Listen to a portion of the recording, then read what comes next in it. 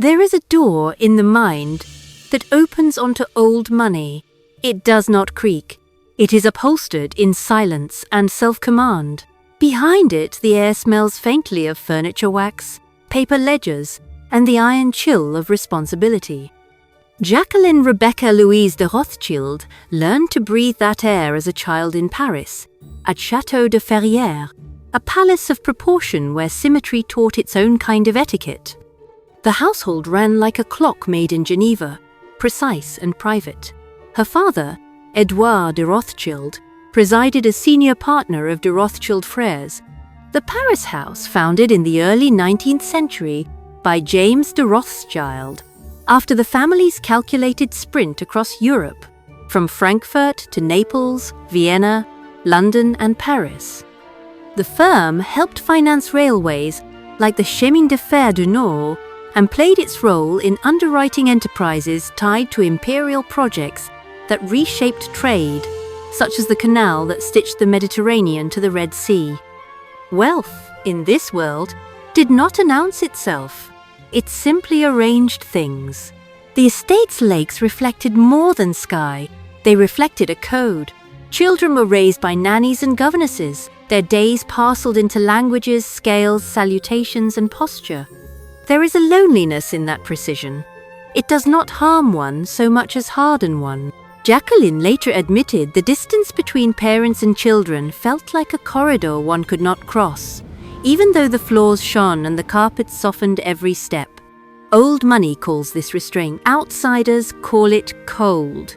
It is both. At 19, she married Robert Calman-Levy, a young publisher with lineage in the storied Paris house that printed the likes of Victor Hugo and Émile Zola.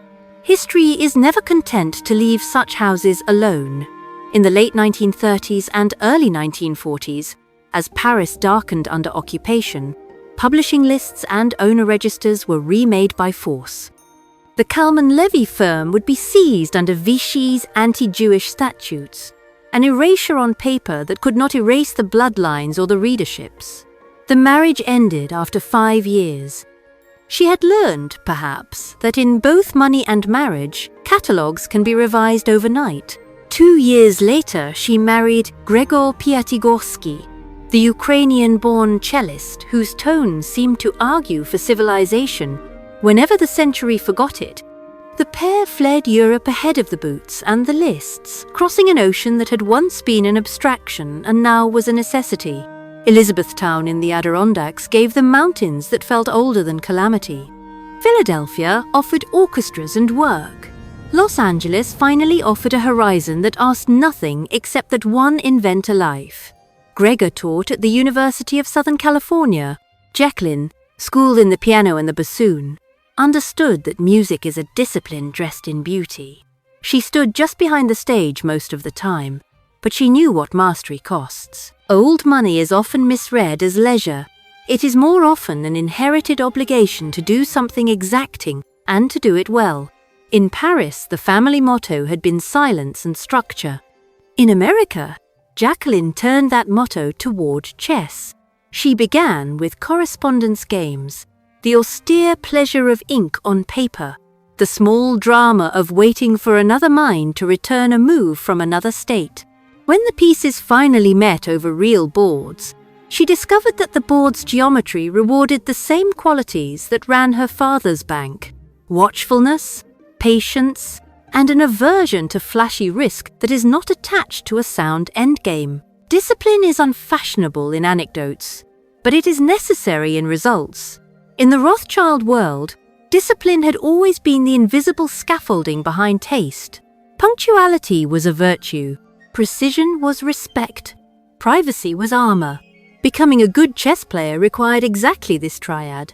One learned to count tempi as a cashier counts notes, to value small advantages the way a banker values basis points compounded over years. Study was not optional. The opening repertoire had to be understood the way a family office understands industries. Not quaintly, but intimately.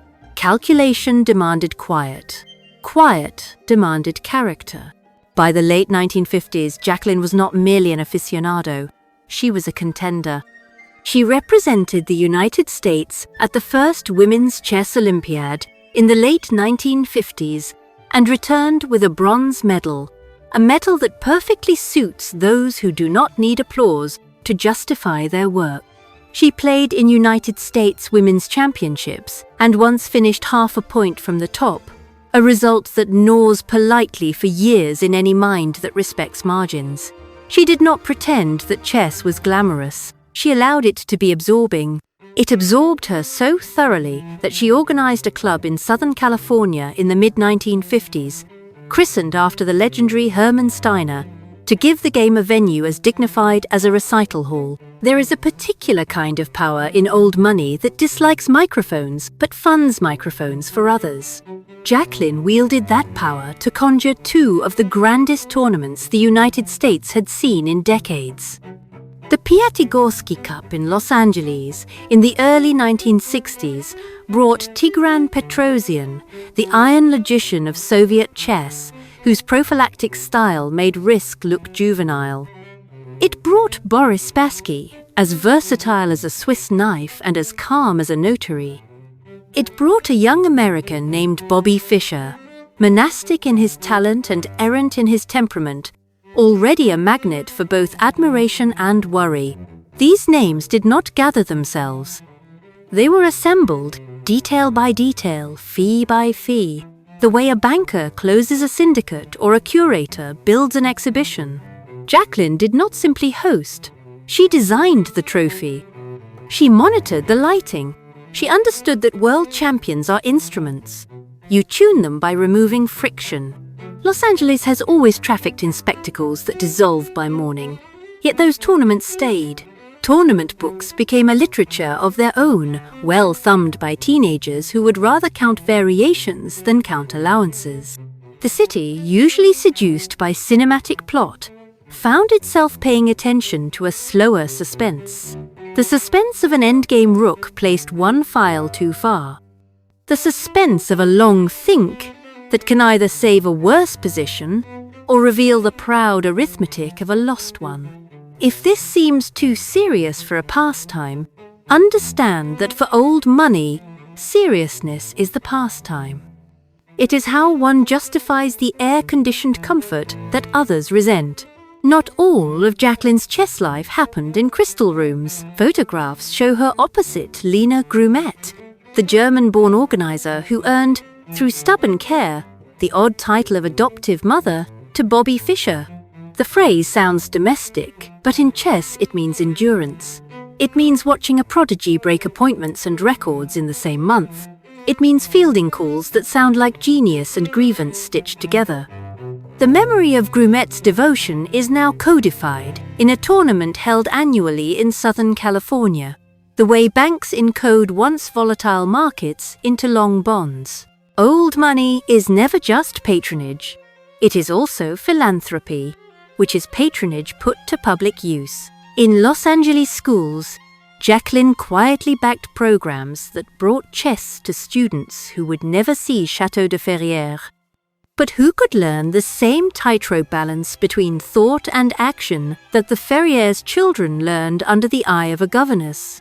She paid expenses so that local teams could travel to national competitions. She sponsored the United States Junior Invitational, not for a season but for years, which is the difference between a check and a commitment. Players remembered her in person at the events, moving through hotel ballrooms without need for introduction, asking if a game had been enjoyable, which is the kind of question that tells you whether someone understands the soul of a thing. There were other courts where she competed. Tennis, stern and sunlit, rewarded the same habits chess had cultivated in shadow. She won national titles with the unflashy applicability of a ledger that balances. Sculpture came later, an art that obeys numbers hidden inside clay. She published reflections on aging with a frankness that felt like a ledger entry for time. And then a memoir, a ledger of memory, written when the century had finally softened its tone. Every old family collects its share of scandal, or at least the soft scandal of being visible. The Rothschilds have been caricatured as puppeteers. and blamed with the laziness of conspiracy since the 19th century manufactured its first modern myths. Real history is plainer and more interesting. It shows a network of offices managing credit with formidable skill, sure, and also a set of individuals trying, with varying success, to be wise.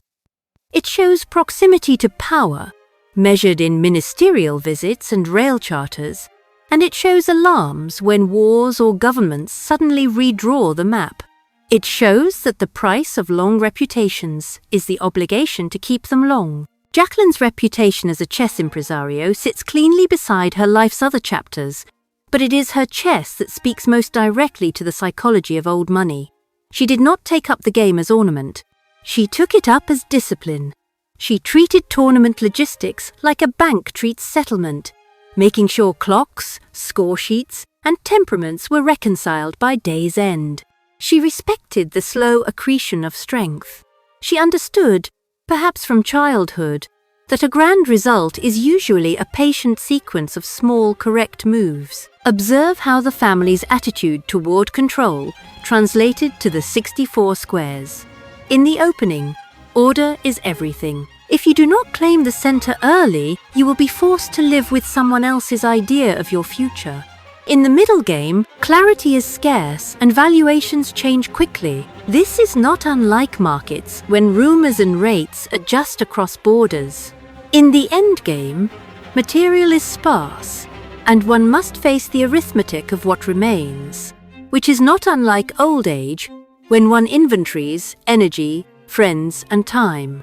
The Rothschild temperament, measured and private, does not despise excitement. It simply prefers advantage to drama. A good endgame is the least dramatic thing in the world until it decides everything. The cast of her tournaments reflected the century's contradictions. The Soviet school produced champions who sat beneath portraits of leaders, and the American outlier wore a martyrdom he never asked for but sometimes invited. The newspapers loved the romance of Cold War battles conducted without bullets. They loved the idea that in Los Angeles, of all places, a salon funded by a European heiress could host a struggle of styles, prophylaxis against bravado, classical restraint against calculated violence. They loved that a trophy designed by a former Parisian child of silence could be hoisted by men whose countries sparred by telegram. To watch Jacqueline in photographs is to learn something about how power behaves when it is not insecure. She is attentive rather than center stage. She funds rather than flaunt. She asks for standards rather than thanks.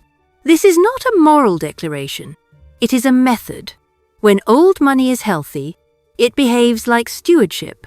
When it is not, it behaves like appetite. Hers is a case study in the former, 100 years from birth to death, and in those years a clear arc from recipient to custodian. She died in the second decade of the 21st century, an age that speaks loudly and scrolls quickly. By then she had seen Europe lose and find itself, seen America trade factories for fantasies, seen champions rise and drift. Her name entered the World Chess Hall of Fame, an institution in St. Louis that embeds the game's history inside the cordial architecture of museums and schools. It is the right sort of immortality for someone who believed that culture lives longest where children can touch it. This is not really a story about chess, or music, or even about a bank. It is about the grammar of old money when it is at its best. The grammar says that elegance without effort is a lie. It says that influence is not a posture but a practice. It says that the cultivated mind is a portfolio, and that the end game is a test of how one has invested attention. Jacqueline Piatigorsky built her life like a position she intended to win without humiliating the opponent. The victories were not loud. They did not need to be. Take from her a rule that applies beyond salons and tournaments. Choose one demanding thing and give it the discipline you wish others believed you naturally possessed. Treat detail as a form of respect. Carry your advantages quietly so you can deploy them precisely. Old money is not in the account. It is in the attitude,